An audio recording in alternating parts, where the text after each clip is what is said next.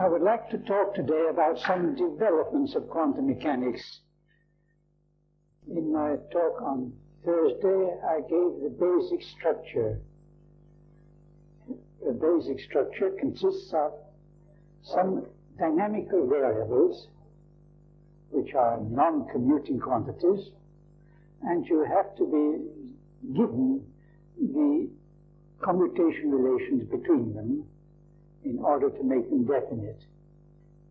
When you have these definite dynamical variables, you need a Hamiltonian, that is to say, a quantity which represents physically the total energy and which is a function of these dynamical variables. When you've got the Hamiltonian, you can proceed to set up the Heisenberg equations of motion. For any dynamical variable u,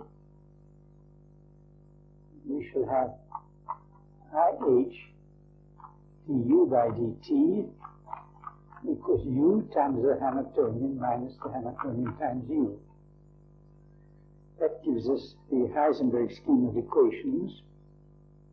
Alternatively, there is the Schrödinger formalism, in which we work with a wave function psi, and the wave function satisfies this wave equation, IH d psi by dt equals capital H psi. This capital H is the same Hamiltonian which is now interpreted as an operator operating on the wave function. Now, I want to apply this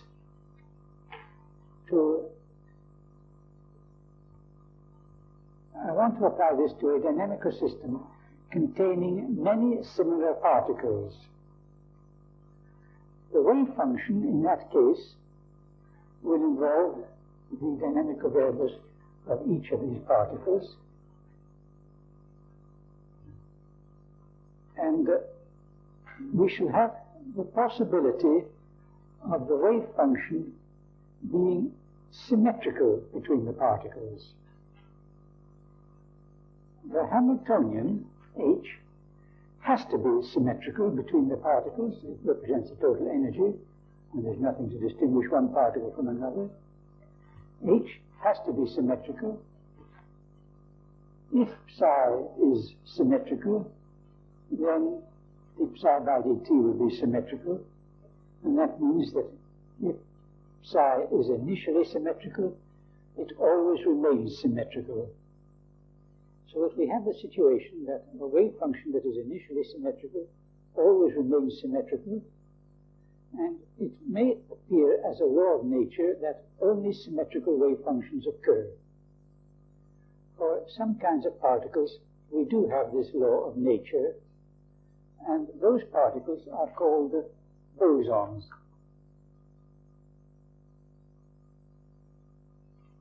They follow a different kind of statistics from classical statistics, statistics that was first worked out by Bose.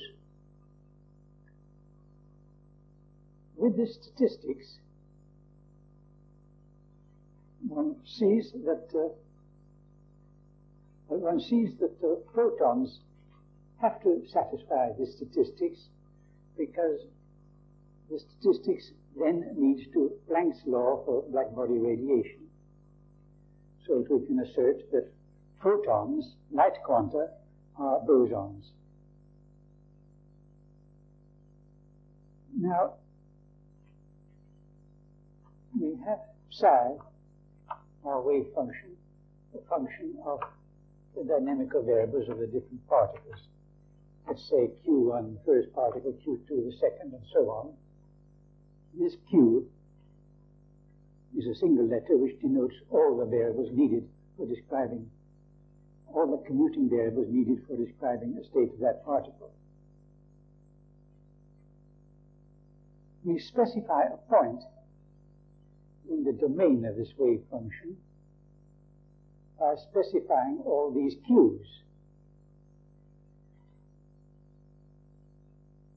Now, another way of specifying the wave function would be to say how many q's have one particular value, how many q's have a second value, how many q's have a third value, and so on. Instead of saying the value of each individual q, we say how many q's have a certain value.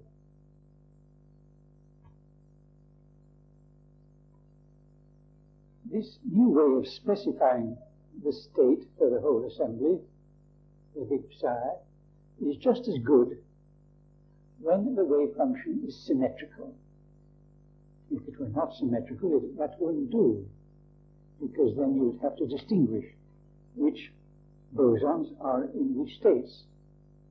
But when it is symmetrical, that distinction is no longer needed, and it is sufficient just to describe which states are occupied and how many bosons are in each of these occupied states. We get in that way a possibility of transforming psi to new variables, n1, n2, n3, and so on, n1 being the number of q's equal to q1. Now, I better perhaps call these A, B, C instead of 1, 2, 3, because there's no correlation between these suffixes and these suffixes. N1 is the number of q's having the first value, N2 the number of q's having the second value, and so on. We can then use these n's as dynamical variables. We have in that way a new description in terms of these new variables n. Each of these n's denotes the number of bosons in a certain state. Each of these n's is a dynamical variable which has for its eigenvalues 0, 1, 2, 3, 4, and so on. Just integral eigenvalues. And these n's commute with each other. If we specify the number in one state, that doesn't interfere with our specifying a number in another state. Now I want to study one of these variables n, whose eigenvalues consist of the numbers 0, 1, 2, 3, and so on. You will immediately see a connection between that n and the energy of a harmonic oscillator. The harmonic oscillator has a set of energy levels in arithmetical progression. We can choose our numerical coefficients so that the differences of these energies is equal to 1.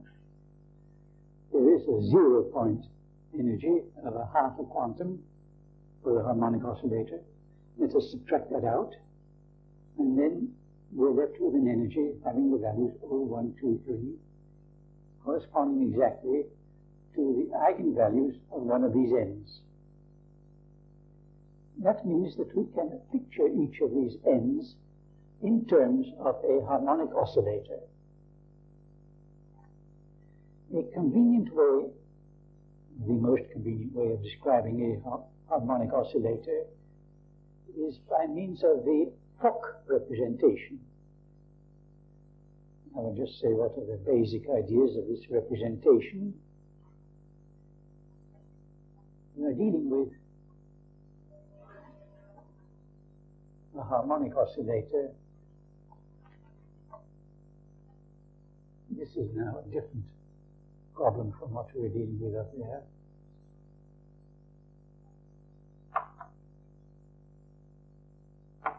Well, the energy H is equal to half P squared plus Q squared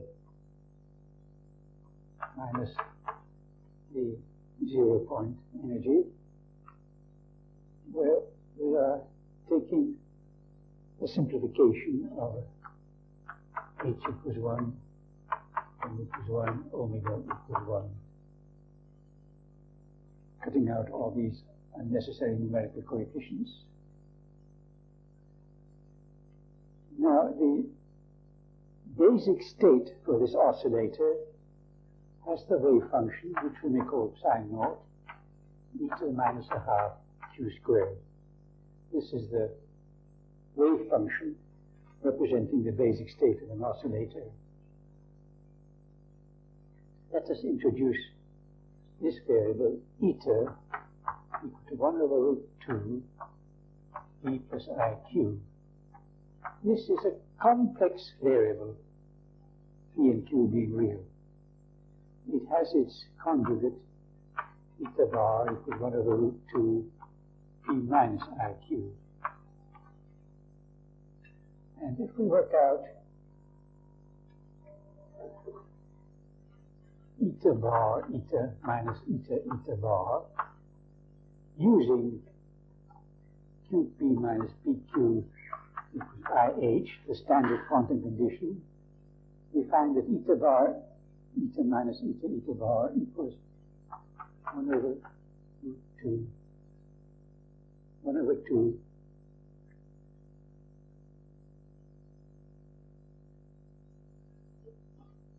well, I won't work out the details. It turns out to be just equal to 1. And that means that eta bar is equivalent to the operator of differentiating with respect to eta.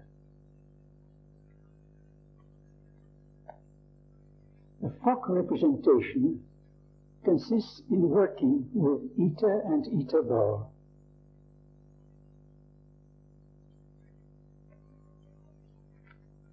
Let's take this psi naught and operate on it with eta bar.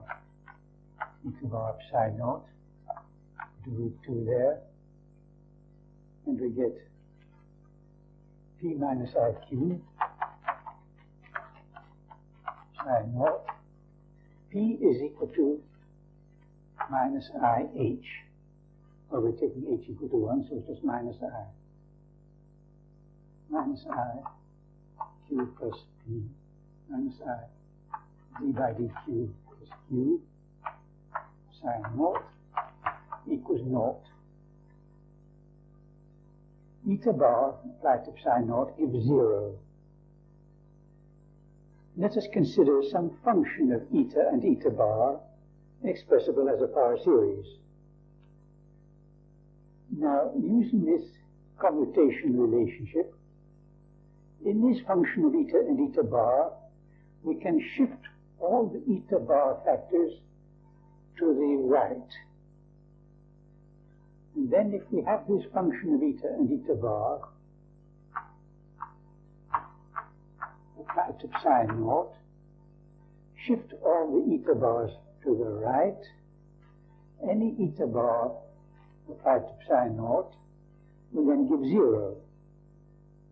We shall be left with some function g of the etas only applied to psi naught.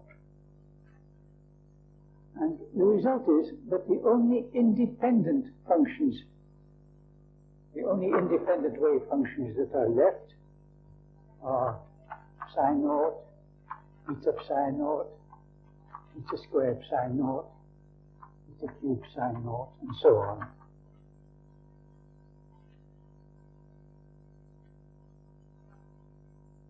The energy, H, equals eta bar eta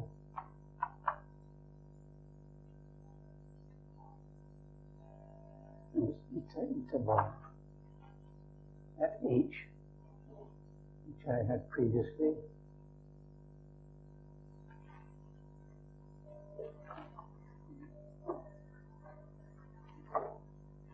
This H here just goes to eta bar. And if you apply this H to eta to the power of r psi naught,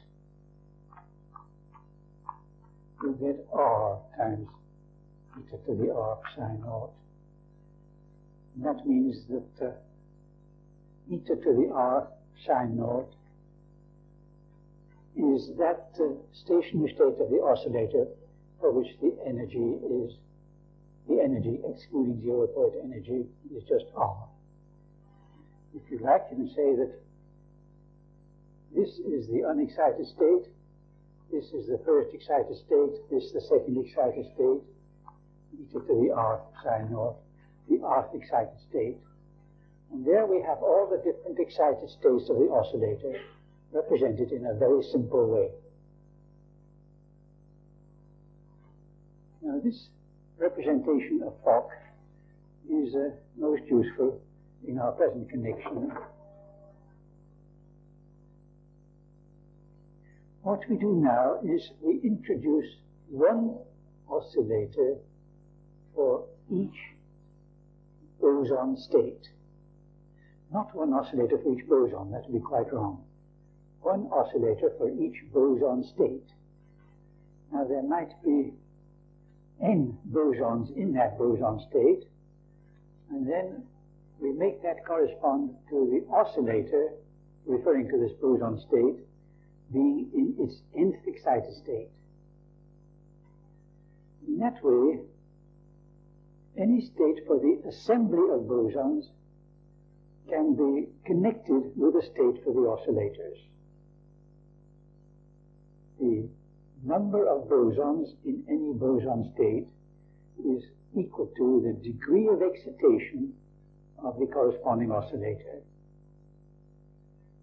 This is rather a remarkable fact, and it forms the basis of the reconciliation of the wave and corpuscular theories of light.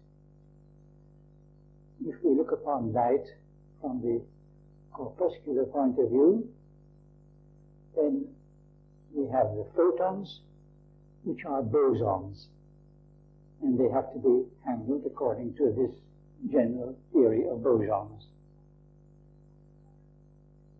If we look upon light from the wave point of view, the different Fourier components of the waves are harmonic oscillators, and they may be handled by this Fock treatment here. We see now the connection between those two treatments, and we see that an assembly of bosons and a set of oscillators are just two mathematical descriptions for the same physical reality, so that the electromagnetic field may be considered either as a set of photons or as a set of electromagnetic waves. Those are two mathematically equivalent descriptions for the same physical reality. That is the basis of the reconciliation of the wave and corpuscular theories of light.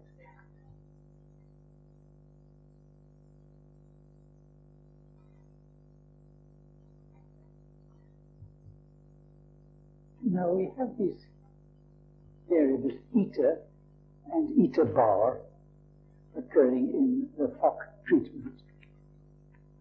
There's a simple physical meaning for these etas. The eta operator increases the degree of excitation by one quantum, while eta bar reduces the degree of excitation by one quantum. We understand now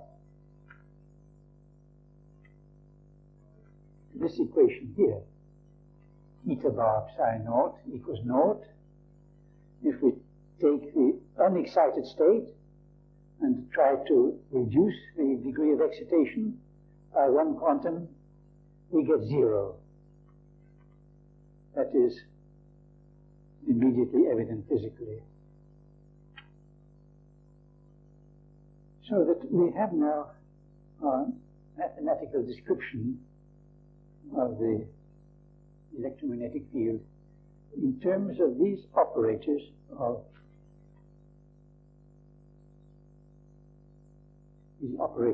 increasing or decreasing the degree of excitation by one.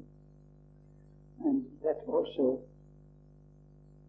can be described by saying they are the operators of emission and absorption of a boson. The etas are the emission operators, which increase the excitation by one, The eta bars are the absorption or destruction operators which reduce the excitation by one.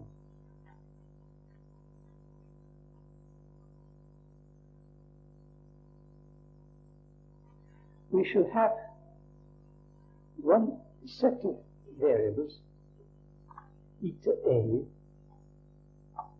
bar, one pair of variables for each boson state. What are the commutation relations between these variables?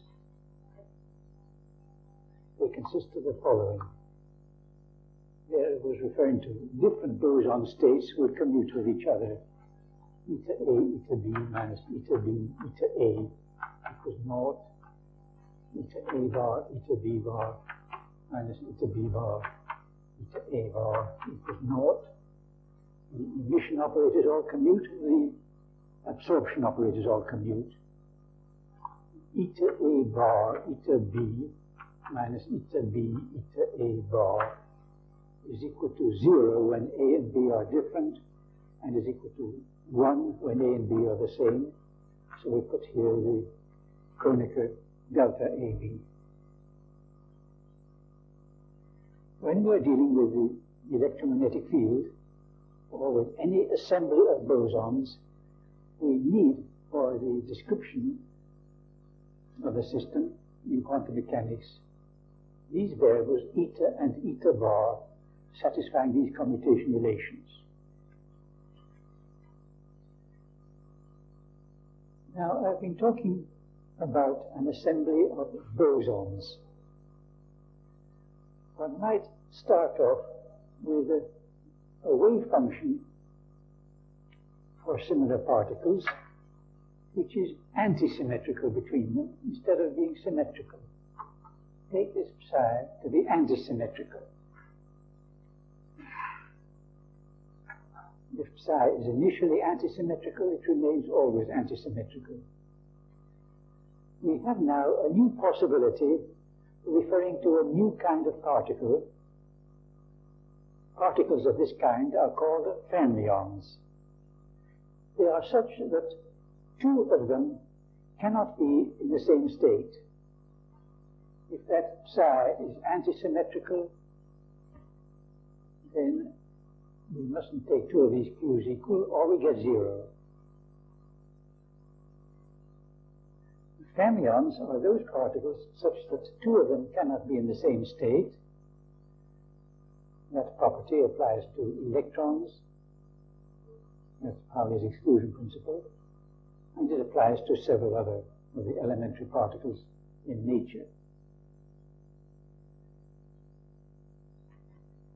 We may proceed to develop a theory of fermions analogous to this theory of bosons, but the fermion variables will not be related in any way to harmonic oscillators. It's only the bosons that are related to harmonic oscillators. However, even in the case of the fermions, we can introduce the operators eta and eta bar, which refer to emission and absorption of a fermion, just like these refer to emission and absorption of a boson. I don't have time to go into the details of the development of this theory of fermions, but I will just say what the result is. We again have these eta and eta bar operators, and eta and eta bar being associated with each fermion state, and the etas and eta bars now satisfy different commutation relations. Instead of these equations here, which apply to bosons, we have these equations which apply to fermions. Eta A, eta B, plus eta B, eta A equals naught. Eta A bar, eta B bar, plus eta B bar, eta A bar equals naught. Eta A bar, eta B, plus eta B, eta A bar equals delta AB. Just the same equations, except that we have plus signs here instead of minus signs. That is, seems to me, a very remarkable mathematical fact. I don't know what really lies behind it. There are two quite different physical situations. Here we are dealing with particles such that any number of them can go into one state. Here we are dealing with particles such that two of them cannot be in the same state. Very different physical situations, but there is such a close parallel between the algebraic equations in the two cases. Suppose we take this first equation and put B equal to A. If we put B equal to A there, then we get the equation eta A squared equals 0. Well, that means simply that we cannot have two fermions emitted into the same state. If we try to do it, we get 0 for our wave function. This is an equation which doesn't have anything corresponding to it in the boson case. The number of particles in a state, Na equal to eta A bar, has the eigenvalues 0, 1, 2, 3, and so on in the boson case. In the fermion case, we have again Na equals eta A bar, and that has the eigenvalues 0 and 1 only. The number of fermions in any state is either 0, the state is unoccupied, or it is equal to 1, the state is occupied, and then it is completely full and no other fermion can jump into that state.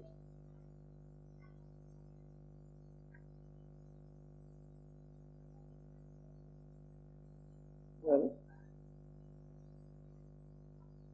these are the basic dynamical variables which are used in any quantum theory of fields.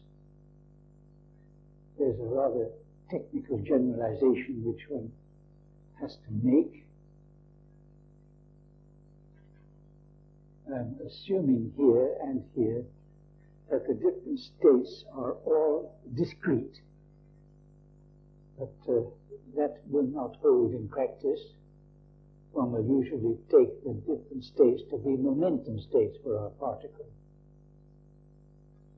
The suffix A will then be replaced by the three momentum values for the particle, plus the spin value if the particle has spin.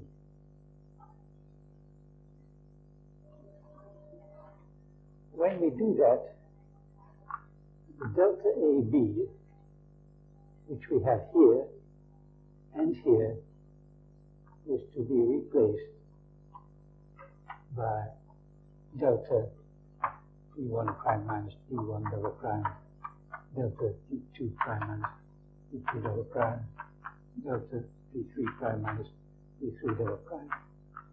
This is just a technical generalization which we always have to make when we pass from discrete quantum states to a continuous range of quantum states. And it doesn't have any serious effect on the structure of the equations.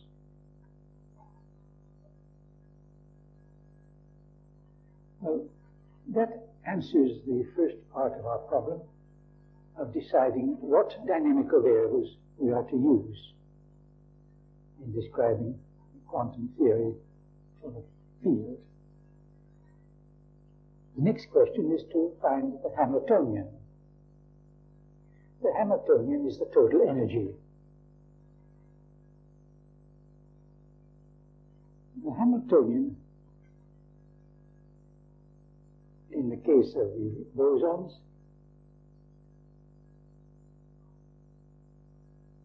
well, in any case, the Hamiltonian has to be chosen so as to give correctly the equations of motion. And I would like to illustrate how that is done by taking the case of the of a field of radiation by itself. Take the electromagnetic field and suppose there are no charges present, so that we just have a field of photons. We may use as our dynamical variables the electric and magnetic fields. We have to take the dynamical variables throughout the whole of space at one particular time. That is to say, the vector E at the point x1, x2, x3, that is to say, at any point in three-dimensional space, at a certain time. And this E will be a vector, so we must put in the suffix r, taking on the values 1, 2, 3, the three components of the vector. But similarly, we have H, x1, x2, x3.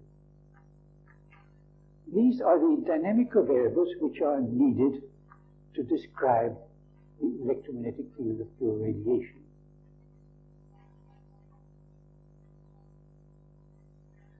You notice that we have rather departed from the four-dimensional symmetry which we like to have in a relativistic theory.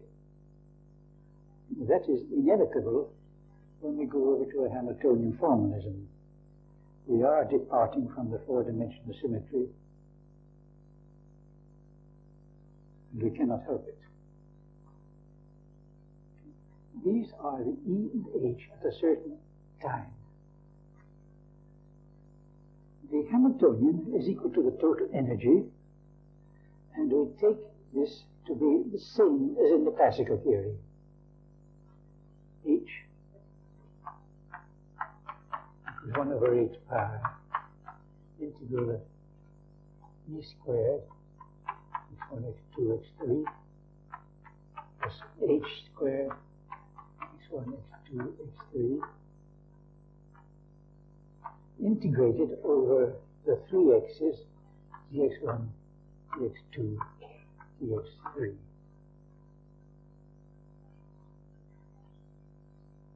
Now, what are the equations of motion for E and H? Well, we know what they are from the Maxwell theory. dE by dt equals curl H, dH by dt equals minus curl E. Have I got the minus on the right side? I can never remember that.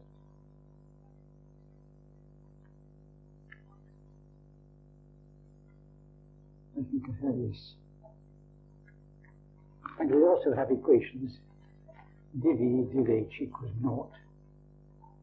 For those equations div E, div H equal to naught are constraints which are to be applied to these variables here.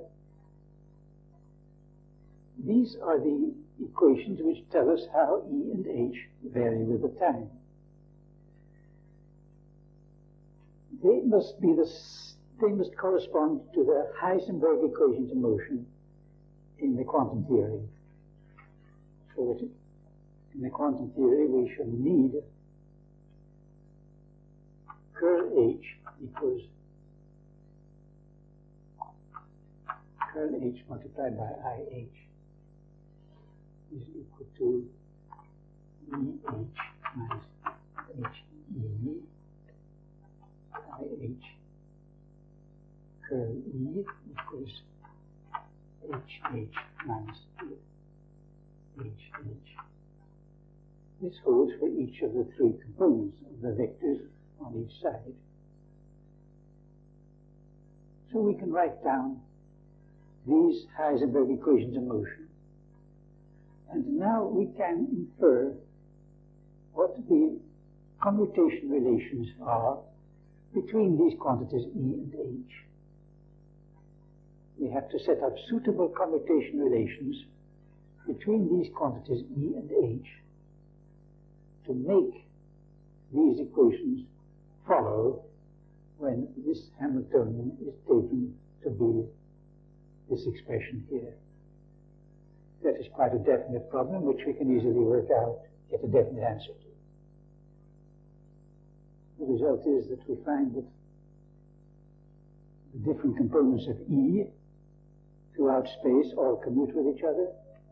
The different components of H, this H throughout all space, all commute with each other. One component of E and a perpendicular component of H don't commute. If the two field points are very close together, we have the derivative of a delta function coming in. In any case, the commutator of one of these and one of these is a number. We can take suitable linear combinations of these quantities so as to get commutation relations similar to these here.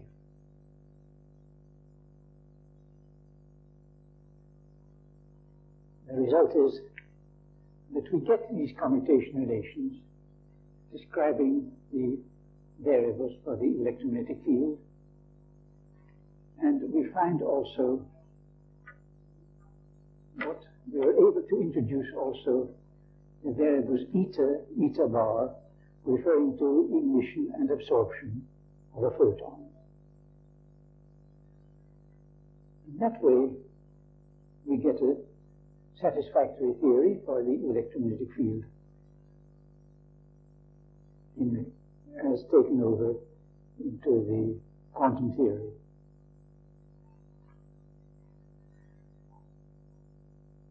We can do the same with an assembly of electrons.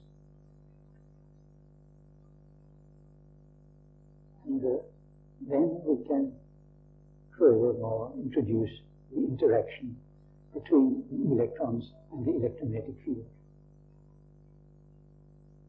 In each case, we have to put down the Hamiltonian, which is suggested by taking the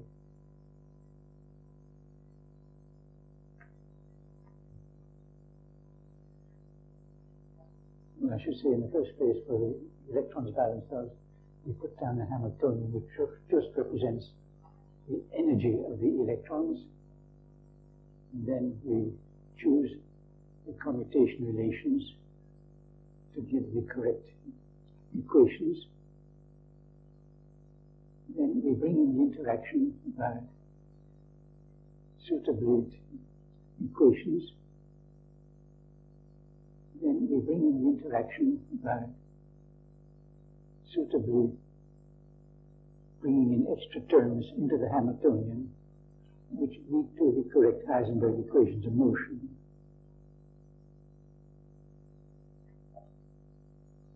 The result of that is that for an assembly of electrons and the positrons which go with them, interacting with the electromagnetic field, we can obtain quite definitely the Hamiltonian, the total energy of that dynamical system. This Hamiltonian will consist of some terms which represent the energies of the particles by themselves, plus some terms which represent the interaction energy between the particles. The usual way of handling that with such a Hamiltonian is by a perturbation method, and one looks upon the interaction part of the Hamiltonian as giving rise to transitions in which some particles are emitted and some are absorbed. For each of these transitions, there is conservation of momentum, but there is not conservation of energy. Now you may wonder why there is this difference between energy and momentum. The difference arises because we are talking about the energy at one instant of time. This H applies to one instant of time and is integrated over the whole of three-dimensional space. And when we're talking about one instant of time, energies are not well defined. and interaction energies then do not have to be conserved when a jump is made.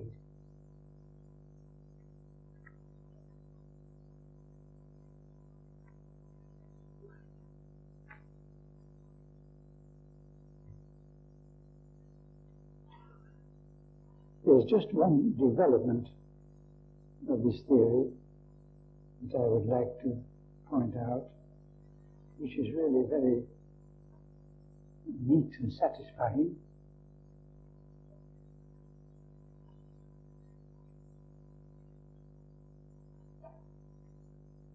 In the first place, one obtains this Hamiltonian in terms not merely of the electromagnetic variables which I had in this discussion, but of rather more general electromagnetic variables which include some longitudinal electromagnetic waves. This is a field of pure radiation with only transverse electromagnetic waves. So long as you're dealing only with transverse electromagnetic waves, you cannot bring in the Coulomb interactions between particles. To bring them in, one introduces in the first place some longitudinal electromagnetic waves, but there is a mathematical transformation that one can make which results in their elimination. We would like to eliminate them because they are rather remotely connected with the experiment. And the result of this elimination is to give you some new variables for the emission and absorption of electrons. These new variables have a simple physical meaning, namely, one can suppose that the new variable eta refers to the emission of an electron together with the Coulomb field around it, not just a bare electron. We get a new theory where the electron is always accompanied by a Coulomb field around it. Whenever we emit an electron, we always emit this Coulomb field, forming a sort of dressing for the electron. And similarly, when an electron is absorbed, the Coulomb field around the electron is simultaneously absorbed. This, of course, is very sensible physically, but it means a rather bigger departure from relativistic ideas, because if you have an electron which is usually moving like this, the Coulomb field around it at one instant is spherically symmetrical. And it is this spherically symmetrical Coulomb field which has to be emitted together with the electron. When we make this transformation which results in eliminating the longitudinal electromagnetic waves, we get a new term appearing in the Hamiltonian, and this new term is just the Coulomb energy between all the particles. E1, E2 over the distance R12, summed over all the electrons which happen to be existing for the state that we are concerned with. This term appears automatically when we make this transformation of elimination of the longitudinal waves. Now, this part of quantum electrodynamics is really quite satisfactory. I've only been able to give you a brief outline of it because there isn't much time. But still, one can fill in the details and make everything seem okay.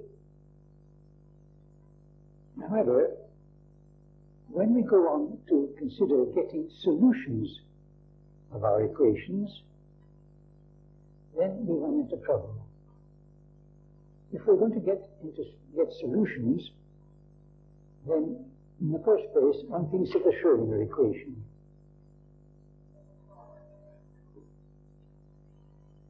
IH psi by dt equals H psi. And the natural way of getting these solutions is a perturbation method, where all the interaction terms are treated as causing a perturbation. If one tries to get a solution on those lines, one starts with some definite initial state, one gets the first order correction, that's all right. Then one gets the second order correction, and one is led to integrals which are infinite.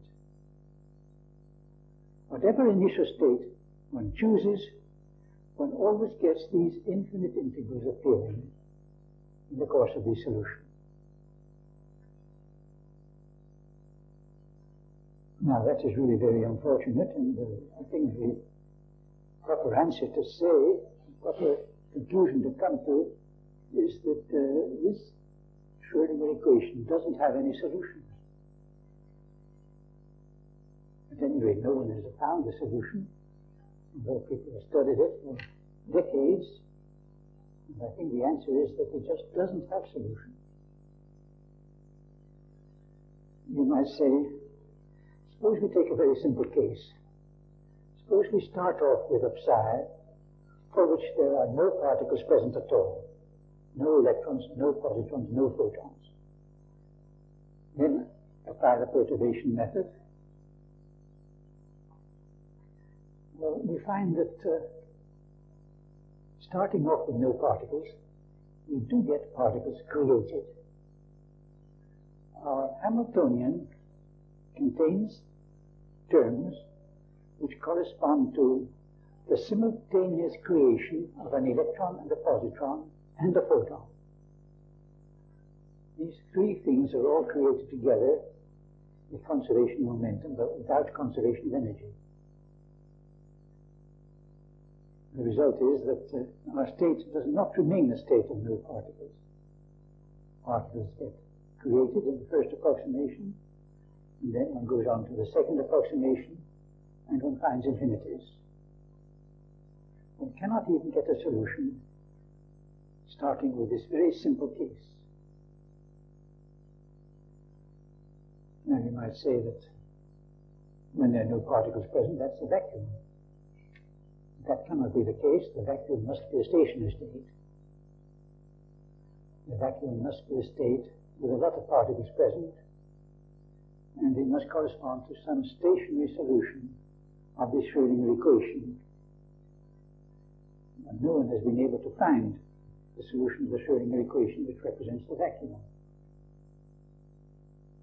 It's true that there are no solutions known of this Schrödinger equation, not even the solution which represents the vacuum. Now you might say that's a very unfortunate situation, that we cannot do anything at all with this theory. But the situation is not really as bad as that, because from the experimental point of view, we don't want to do calculations about the vacuum. There's nothing the experimenter can do which will give you any information to compare with a calculation about the vacuum. Experimenters are only concerned with departures from the vacuum. We may depart from the vacuum by taking the psi for the vacuum state and applying to it an operator of emission of a photon. I don't mean a photon, I mean an electron. That's the more interesting case. Let us apply the electron emission operator to the psi for the vacuum. We don't know what psi for the vacuum is, but we can apply the Heisenberg equations to this operator of the emission of the electron. And then that will tell us how this thing varies with the time.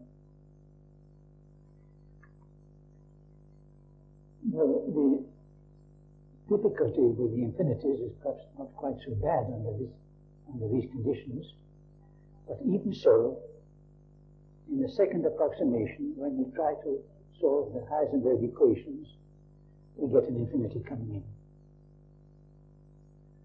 This infinity can be interpreted as an extra self-energy for the electron, which happens to be infinitely great. That leads to the idea of renormalization. People say that the mass of the electron, which one puts into the equations at the beginning, is perhaps not the same as the observed mass. And that when we take into account the interaction of the electron with the electromagnetic field, that interaction might change the mass and give a different observed mass from the original mass parameter in the equation.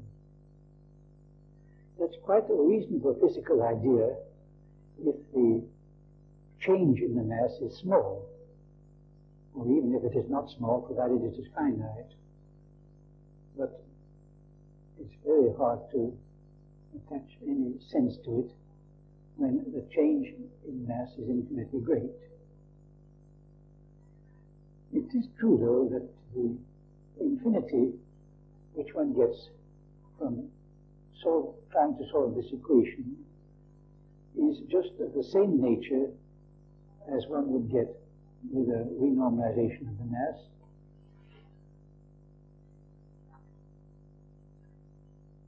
I might specify it a little more closely by saying that this infinity is of the form integral d nu, where nu is the frequency of the emitted photon when one takes into account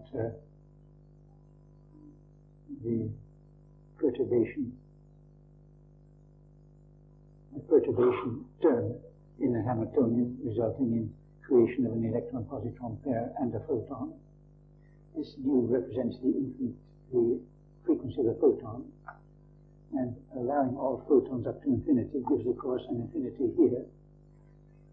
And one can trace an analogy between this infinity and the infinite rest mass of an electron in the classical theory, the classical Lorentz theory for a point electron with the Coulomb field around it. The Coulomb field contributes an energy, and when one integrates this energy, taking the electron to be a charge concentrated at the point, one gets an infinity, which is of essentially the same nature as this one here. However, this situation is somewhat modified when one takes into account the complete electron theory, where we have positrons as well as electrons, the positrons appearing as holes in a sea of negative energy electrons. One gets a different kind of infinity when one takes this complete picture into account, and this integral gets replaced by integral 1 over nu du. A logarithmic infinity,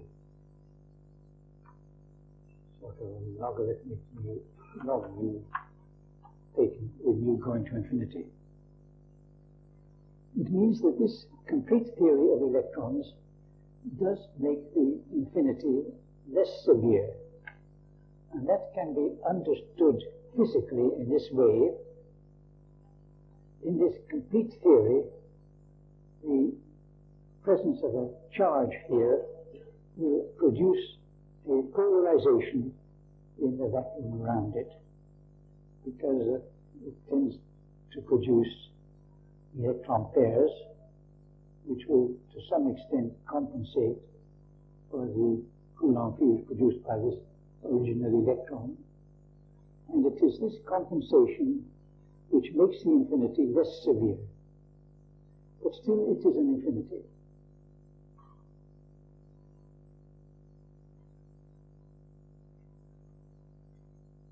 Well, in spite of these difficulties, people have gone on to do extensive calculations on these lines.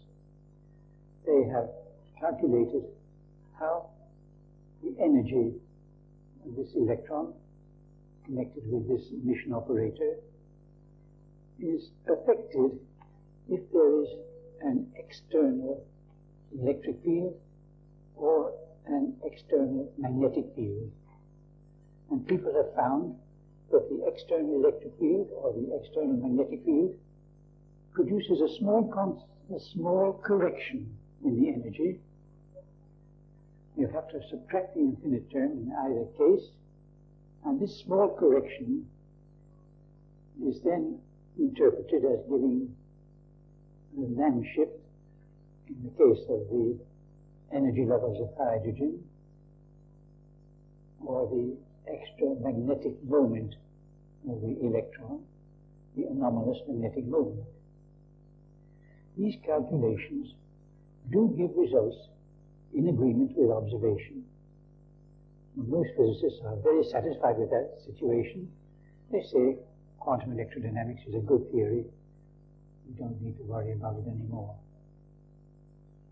I must say that I'm very dissatisfied with the situation, because this good theory, so-called good theory, does involve neglecting infinities which appear in your equations, neglecting infinities in an arbitrary way. That's just not sensible mathematics. Sensible mathematics involves neglecting the quantity when it turns out to be small, not neglecting it just because it's infinitely great and you don't want it.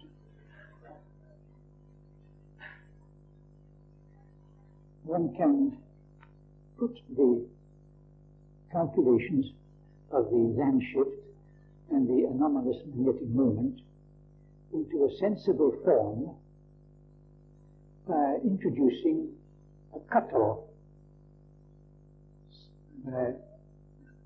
making these integrals not go to infinity, but to some upper limit, and you say that the interaction between the electron and the electromagnetic field is cut off for frequencies beyond a certain limit. One can take this cut-off frequency to correspond to an energy, let us say somewhere around 1,000 million volts. Owing to this logarithmic, owing to the appearance of the logarithm here, that cutoff will not give appreciably different results. So that you still get effectively the same Lamb shift, the same anomalous magnetic moment when you work with these cutoffs. However, you have a theory where the infinities have gone. You have a theory which is sensible mathematically, but the unfortunate thing then is, of course, that the relativistic invariance of the theory is spoiled. If you have any cutoff at all, saying that u must not exceed a certain value, that is a non-relativistic condition, and it spoils the relativistic invariance of the theory. One can make electrodynamics into a sensible mathematical theory at the expense of spoiling its relativistic invariance. But I think that that is preferable to departing from the standard rules of mathematics and neglecting infinite quantities. And I feel that I disagree with most of the physicists at the present time, and just on this point, I cannot tolerate departing from the standard rules of mathematics. Of course, the proper inference from this work is that the basic equations are not right. There must be some change introduced such that these infinities don't occur in the theory, so that we can carry through the solution of the equations sensibly according to the ordinary rules of mathematics without being bothered by these difficulties. That will mean some very drastic change. No simple change will suffice. One can see that simple changes won't do, just because the Heisenberg equations of motion with this theory are also satisfactory, and they're just what you want. I feel that the new change must be just about as drastic as the passage from the Bohr orbit theory to the quantum mechanics. I'm going to stop there.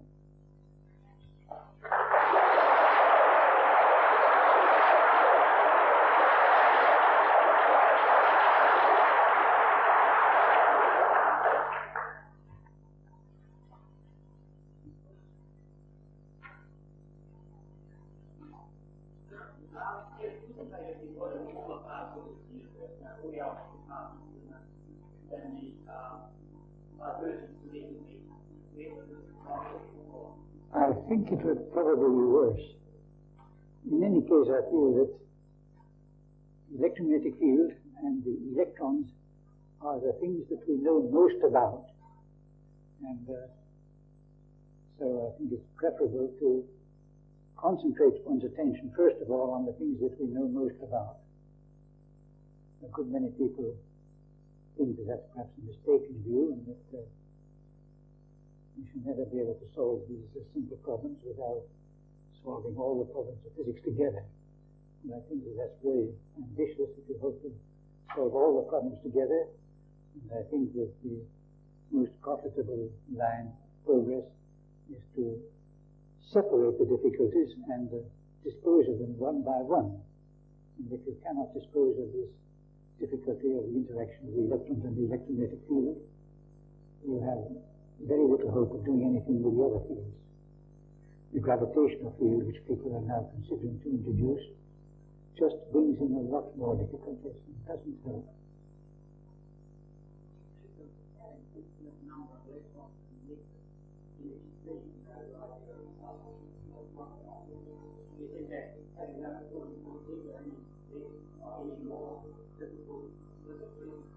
These negative energy states do help to that extent that I mentioned here that this kind of infinity is reduced to this one.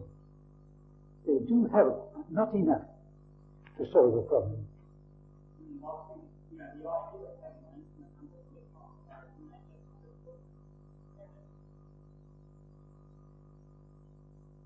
The infinite density of electrons doesn't disturb things because it doesn't affect the equations of motion.